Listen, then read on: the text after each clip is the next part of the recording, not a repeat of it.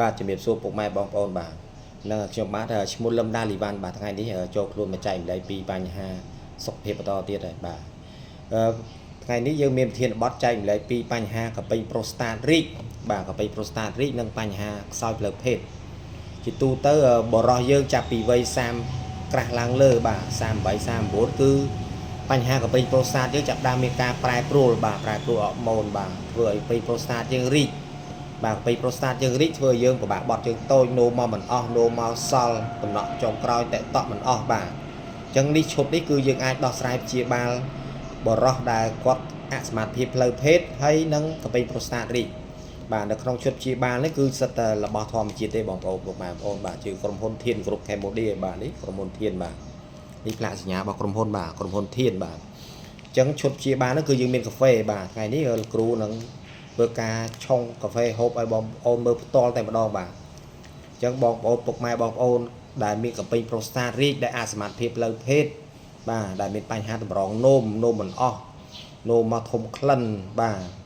នោមតក់នោមសល់ដែលមានបញ្ហាកប៉ិញប្រូស្តាតរីកហ្នឹងគឺយើងអាចប្រើជាឈុតនេះបាទឈុតហ្នឹងវាមាន3មុខអញ្ចឹងថ្ងៃនេះលោកគ្រូឆុងកាហ្វេហូបផ្ទាល់ឲ្យពុកម៉ែបងប្អូនមើលតែម្ដងបាទថ្ងៃនេះយើងការហូបយើងមាន3ប្រភេទក្រោយពីអាហារពេលព្រឹកហើយយើងឆុងកាហ្វេដែរយើងឆុងកាហ្វេ Cordyceps របស់ក្រុមហ៊ុនធានបាទគឺកាហ្វេនេះគឺវាផ្សំចេញពីស្មៅដង្កូវនេះតែម្ដងបាទបច្ចុប្បន្នស្មៅដង្កូវ Cordyceps ហ្នឹង1គីឡូក្រាមវាចូលជាង$30000ហើយ1គីឡូបាទនៅឲ្យខាងប្រទេសចិនมันមានលក់ស្មៅដង្កូវហ្នឹងគឺ1គីឡូជាង$30000ទៅហើយបាទ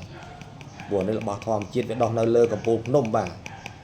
ហើយកាហ្វេយើងគឺចម្រាញ់ចេញពីនេះកាហ្វេធានយើងគឺចម្រាញ់ចេញពី Cordyceps នេះតែម្ដងបាទកាហ្វេនេះគឺជាកាហ្វេសុខភាព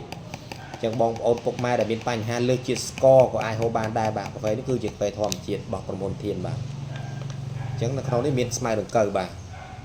ស្មៅដង្កូវខាងនេះគឺស៊ីងបាទស៊ីងនេះគឺវាជាសារជាតិសាំងអាស័យសារជាតិកម្រដែលវាចម្រាញ់ចេញពីពងមាន់ធម្មជាតិបាទអញ្ចឹងយើងឆុងកាហ្វេនេះមកបាទយើងក្លុកវាទៅបាទគឺនេះគឺក្រោយអាហារពេលព្រឹកគឺយើងហូបកាហ្វេហ្នឹងបាទហូបកាហ្វេហ្នឹងមក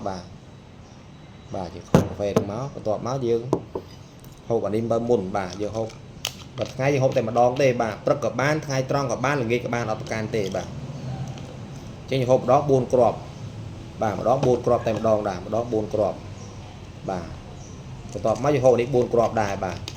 អញ្ចឹងមួយថ្ងៃយើងហូបតែម្ដងនេះម្ដង4គ្រាប់អញ្ចឹងបើពុកម៉ែបងប្អូនមានបញ្ហាកប៉ិញប្រូស្តាតរីកអសមត្ថភាពផ្លូវភេទបាទអញ្ចឹងយើងអានេះជារបស់ធម្មជាតិវាមិនហូបទៅលឿនទេគឺវាត្រូវប្រើពេល7ថ្ងៃឡើងលើបាទចាប់ពីមួយសប្តាហ៍បាទអញ្ចឹងយើងហូបមួយថ្ងៃតែម្ដងទេបាទយើងហូបម្ដងគឺមួយមុខ4គ្រាប់បាទអញ្ចឹងបើសិនជាបងប្អូនពុកម៉ែដែលមានបញ្ហាកប៉ិញប្រូស្តាតរីកអាចខមមិនជាលេខទូរស័ព្ទដើម្បីពិភាក្សាផ្ទាល់ជាមួយលោកគ្រូបានតាមរយៈលេខទូរស័ព្ទបាទឬមួយបងប្អូនអាច Telegram នៅខាង link ខាងលើ TikTok មកនឹងពិភាក្សាផ្ទាល់ជាមួយលោកគ្រូមកពីបញ្ហាផ្លូវភេទហ្នឹងបាទអញ្ចឹងយើងហូបអានេះមកតែម្ដងទេ4គ្រាប់បាទ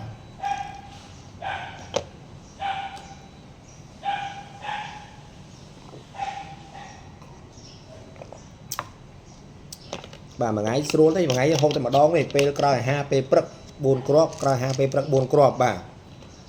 ហើយកាហ្វេយើងឆុងហូបធម្មតាបាទក្រោយពីយើងហូបអាហ្នឹង4គ្រាប់ហើយសម្រាប់កាហ្វេយើងហូបធម្មតា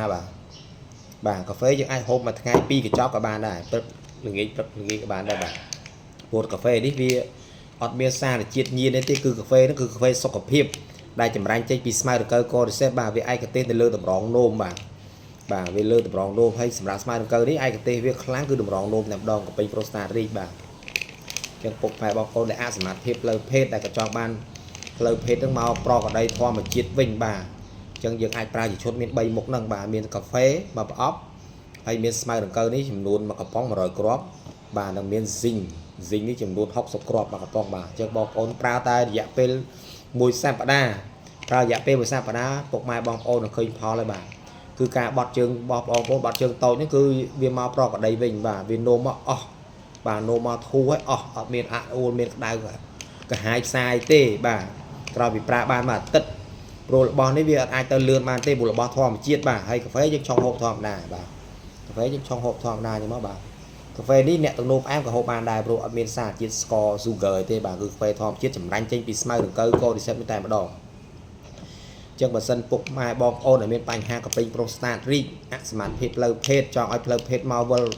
មករកប្រកដីដោយការនៅអាយុ20ជាងវិញចឹងពុកម៉ែបងប្អូនអាចប្រើឈុត3មុខនេះបាទរយៈពេលមួយសប្តាហ៍បងប្អូននឹងឃើញផលហើយព្រោះខ្ញុំបានប្រើមកបាទចូលជាង10ថ្ងៃមកហើយបងប្អូនហ្នឹងហើយគឺបានផលមែនតើបាទគឺបាទយើងបត់ជើងតូចអីមកស្រួលធម្មតាវិញបាទ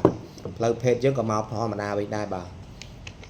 យើងពុកម៉ែបងប្អូនដែលត្រូវការចង់កំងអីអាចតំណែងទៅតាម Telegram ខាងលើបាទសូមអរគុណបាទជំរាបលា